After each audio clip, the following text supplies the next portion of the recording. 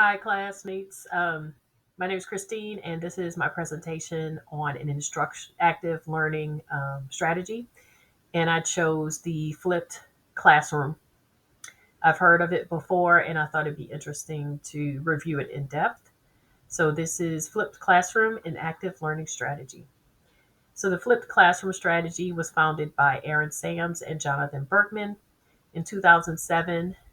These teachers, secondary school chemistry teachers from Colorado, began video recording their lectures and sharing those videos with students before the students came to class.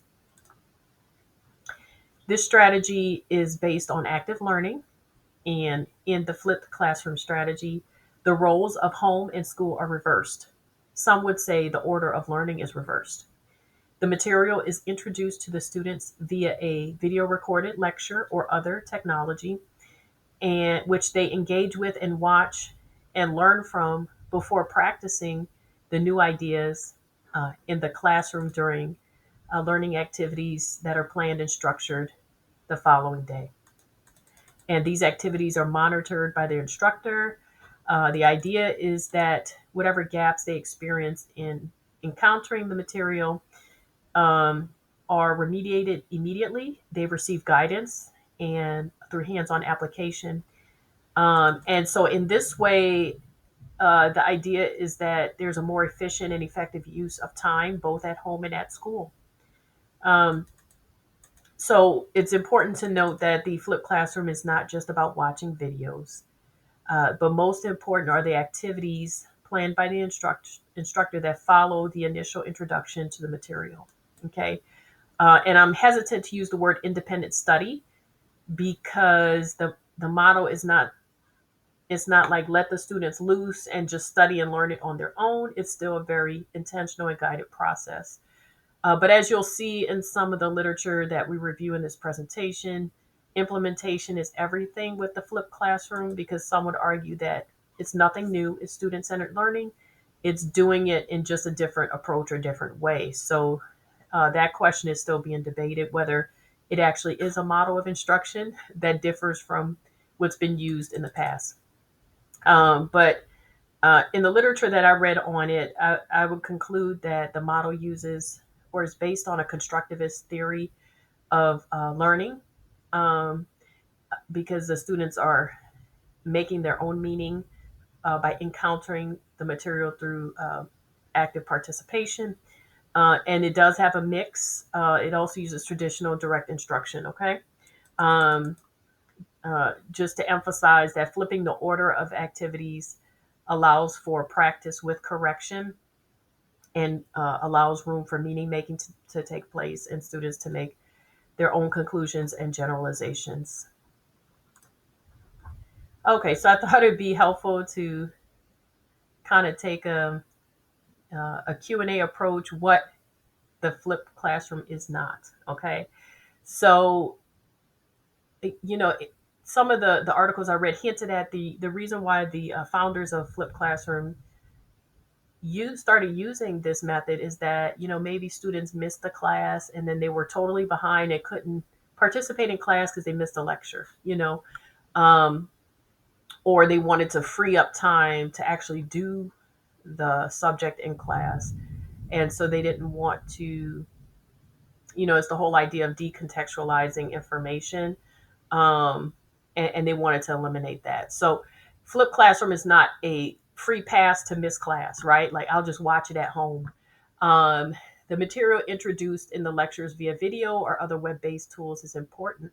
And students, it's a very active process. While they're watching, engaging with that material, they have to um, be very intentional in how they approach the material because they have to make notes of what they understand or don't understand. They have to identify their own gaps in learning so that they can bring that to class the next day. It's not passive at all. Okay, so some of the burden is being shifted to the student in being aware of their cognitive processes and really truly engaging, not passive, with receiving information. Okay, um, so flipped classroom is not easier than traditional teaching. It's actually takes a lot more preparation than just showing up and giving a lecture. Not to say that there's no preparation in the traditional model, But the whole way, you have to be very intentional with the flipped classroom, with alignment especially, and then encouraging student motivation and participation. Okay.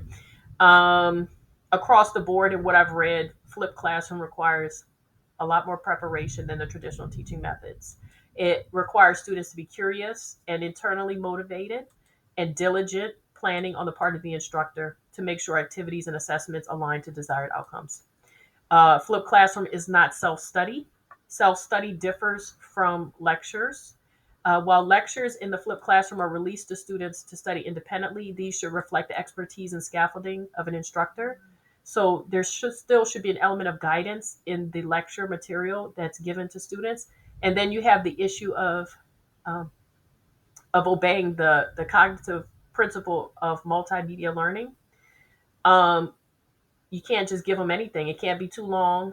It can't be distracting.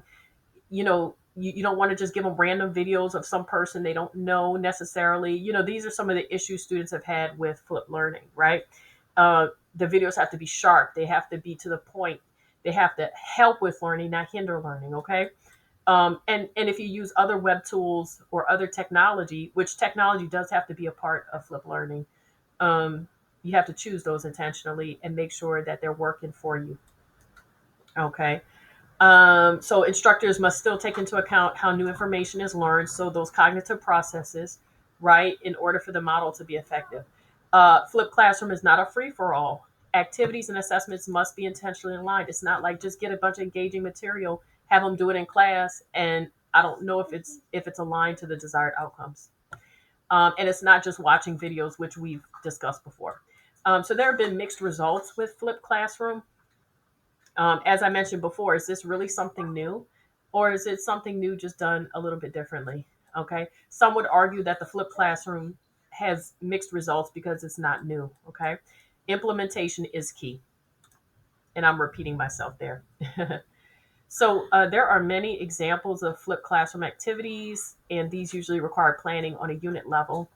But it's advised that if an instructor is just starting out, to kind of test the waters with just a few activities, so that they can get a feel of the planning restraints or constraints with flipped classroom. And then, so I'm going to read some examples. Some would argue that these examples that follow are student based, but not necessarily unique to the flipped classroom. You can be the judge of that, okay? So here are just a few examples. Watch a video on renewable energy sources and debate their feasibility in the class. Okay, that's geared towards high schoolers, environmental science. Study the pros and cons of space exploration and hold a debate about its value. Middle school science. Watch a video on coding basics and collaborate to build a simple app in class. Computer science, grades 5 and 6. Watch a step by step solution to a geometry problem and work through similar exercises in class. Math, grades 5 and 6. And just to get something a little bit different, read a chapter on ancient Rome at home, then work in class to build a timeline of key events. Fifth and sixth, history.